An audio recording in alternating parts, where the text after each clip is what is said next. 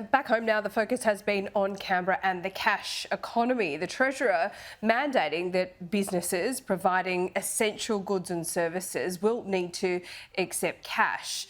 Now, 1.5 million Australians still use cash in an increasingly cashless economy. Joining me now is the Opposition Leader Peter Dutton. Peter, great to see you. First of all, do you support what the government's trying to do here?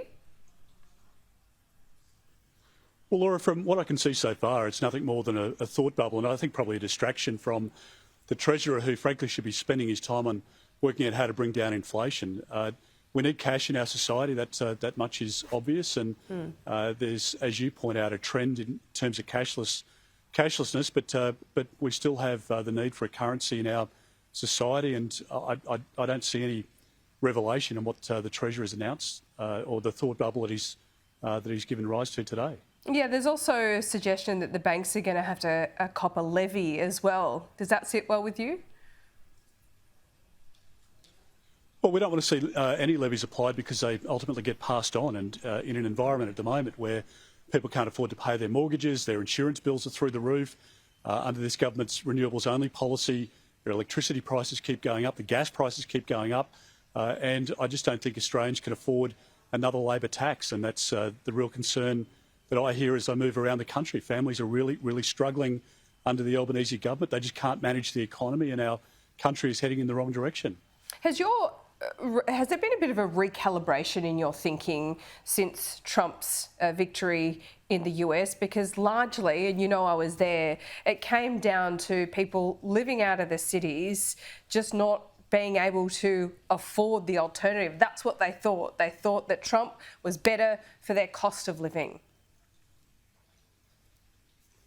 Well, I think what we've seen here in Australia, and perhaps there's some parallel in the United States with this, the Prime Minister has made a deliberate decision, a deliberate political decision to go with the elites, and he's left behind people who are struggling in the suburbs. That much is obvious, because people are sitting around kitchen tables now. They can't pay their bills.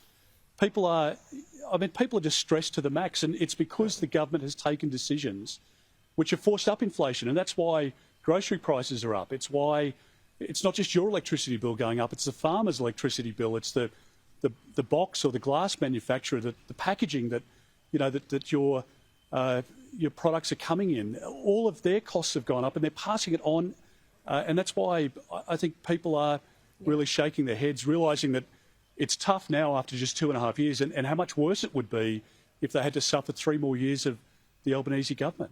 Who are the elites that you're talking about? Well, if you look at the Prime Minister's own lens on the world, he looks at it through the Graindler lens. He looks at it through what can he do to stop people leaving the Labor Party to vote for the Greens. He's obsessed with the Greens, and he's forgotten about people who are working out in the suburbs. The Labor Party now has been dragged so far to the left, not just on the woke stuff, but the economy and the national security decisions. He's made our country less safe because they've let criminals out of immigration detention. He's made our country less safe because they brought in 3,000 Gazans without security checks, bringing people from a zone which is controlled by a terrorist organisation. And people are saying, well, hang on, what are you doing for us? Well, all they've done is drive up inflation. Interest rates have already started to come down in the US, in Canada, in New Zealand, and in the UK. And here, interest rates should have come down by now, but of course under this government they haven't. But isn't the irony that Donald Trump's election means that we'll probably see interest rates stay higher for longer here? Well, look, I mean, if you listen to Jim Chalmers, he's blamed the conflict in Ukraine, he's blamed the conflict in the Middle East, he's blamed everybody for inflation in this country. But as the Reserve Bank Governor points out, inflation here has nothing to do with Donald Trump. It has nothing to do with Ukraine or with what's happening in the Middle East. It has everything to do with Labor governments who are spending like drunken sailors. And that's what's driving up interest rates. In Victoria, I went to Melbourne 3 times last week to different events and spoke to a lot of people.